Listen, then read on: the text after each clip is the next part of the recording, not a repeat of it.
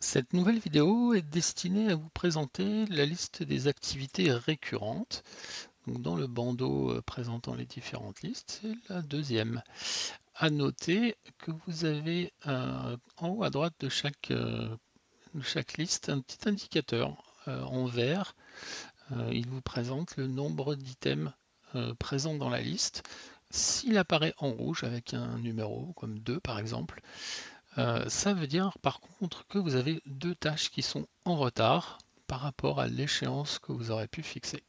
Donc ça c'était une petite aparté qui est valable pour toutes les listes. Alors les activités récurrentes, c'est une liste un peu particulière puisqu'elle elle gère un usage, une activité qui est un peu en transverse par rapport aux actions qu'on va mener sur un projet quel qu'il soit. L'idée, c'est de dire, à un moment donné, on a des activités que l'on doit reproduire euh, à différentes fréquences, et donc on va les gérer dans une liste spécifique. Et c'est celle-là que je vous présente. Donc si on regarde un petit peu dans le détail les différents éléments qui composent les activités, nous avons à nouveau un titre, une description, une date d'échéance, un commentaire, et puis nous avons une fréquence qui est modifiable. Vous avez quelques choix standards, à savoir soit on n'est pas dans le récurrent et on fait l'action une fois, soit on la fait tous les jours, toutes les semaines, tous les mois, tous les trimestres.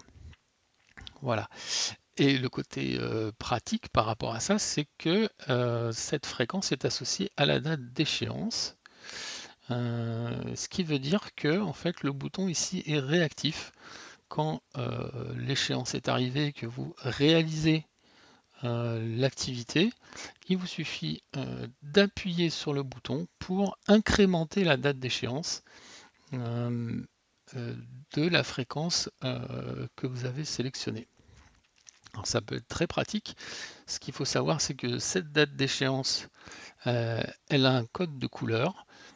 Quand elle apparaît en noir, ça veut dire que la date correspond à une date dans le futur qui n'est pas passée ni actuelle. Quand la date apparaît en orange, ça veut dire que c'est quelque chose, c'est la date d'aujourd'hui, et donc il faut s'en préoccuper. Et quand la date est rouge, ça veut dire qu'elle est dépassée. Et elle est dépassée et l'action n'est pas réalisée. Donc ça vient quelque part dans votre passif. Voilà pour cette liste des activités récurrentes. Alors en termes d'usage, on peut en avoir différents, évidemment, quand on est chef de projet de son propre projet, même si on est tout seul, on a intérêt à se positionner des rendez-vous pour une prise de recul par rapport à son projet. Par exemple, faire un petit bilan hebdomadaire ou se fixer des objectifs mensuels, par exemple. Mais on peut aussi l'utiliser à titre personnel pour organiser sa journée. Par exemple, quels sont mes objectifs de la journée, et puis à la fin de la journée, faire un petit bilan, et puis entre les deux, identifier un certain nombre d'activités qu'on veut à tout prix réaliser tous les jours.